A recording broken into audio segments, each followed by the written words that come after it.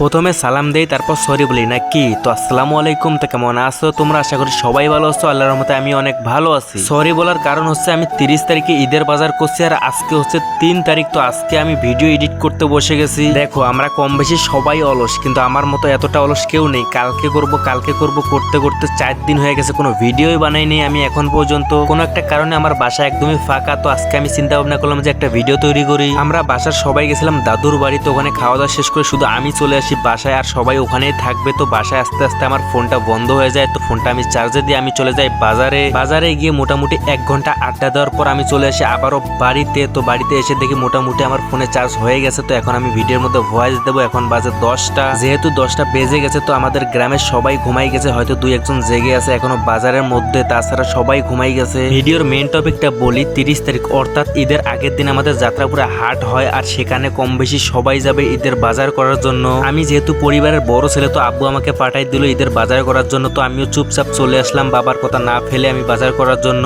সবাই নৌকায় আসার পর আমাদের নৌকাটা ছেড়ে দিল যাত্রাপুরের উদ্দেশ্যে। তো 1 ঘন্টা আমাদের সময় লাগবে যাত্রাপুরে ঘাট গেতে। তো সেই 1 ঘন্টা আমরা বসে থাকবো নৌকার মধ্যে। আর ভিডিও লেট করে বানার কারণ হচ্ছে আমি একজন বিবাহিত। তো ঈদের পরের দিন আমি চলে যাই শ্বশুর বাড়ি, ওখানে 2 দিন থাকি, তারপর চলে আসি বাসা। একটুও রেস্ট নিতে পারিনি, সাথে সাথে চলে গেলাম দাদুর বাসায়। বাসায় এসে যে একটু গোসল করবো সেই সময়টাও হয়নি। দাদুর বাসায় যে ওখানে আমি গোসল করছিলাম। এত তাড়াহুড়ো করে দাদুর বাসা যাওয়ার কারণ হচ্ছে আজকে আমার ছোট চাচুর বিয়ে। যদি আমার বয়সের অনেক সিনিয়র, ওনার আগে আমি বিয়ে করছি। চাচুর বিয়ের বিষয়টা আমি একটু পরে বলি। তো এইদিকে যাত্রাপুরের ঘাটে আমাদের নৌকা এসে পৌঁছাইলে, তো এখন আমরা নেমে পড়বো। দেখতেই পাচ্ছ কতগুলো নৌকা আসছে শুধুমাত্র বাজার করার জন্য। যারাও বাজার করবে না তারাও আজকে বাজার করবে, কারণ কালকে ঈদ। নৌকা ঘাটে কিছু দোকান আছে, এখানে সিম্পল কিছু জিনিস আছে, এখানে কাঁচা সবজি তেমন কিছুই নেই। তো মেইন বাজারে যেতে হলে আমাকে 15 থেকে 20 মিনিট হেঁটে যেতে হবে। তোমরা দেখতেই পাচ্ছ আমি কিন্তু অলরেডি হাঁটা শুরু করে দিছি। শুধু আমি না, সবাই হাঁটা শুরু করে দিছে। দেখতে পাচ্ছ পিঁপড়ার মতো করে এক এক করে হেঁটে হেঁটে সবাই যাচ্ছে বাজারে। আর ভিউটা দেখছো ভাই প্রায় অস্থির লেভেলের। তো কিছুক্ষণের মধ্যে আমি চলে আসি কাঁচা বাজার। তো এখন আমি আপনাদেরকে কাঁচা বাজার ঘুরিয়ে দেখাবো। তো লেটস গো।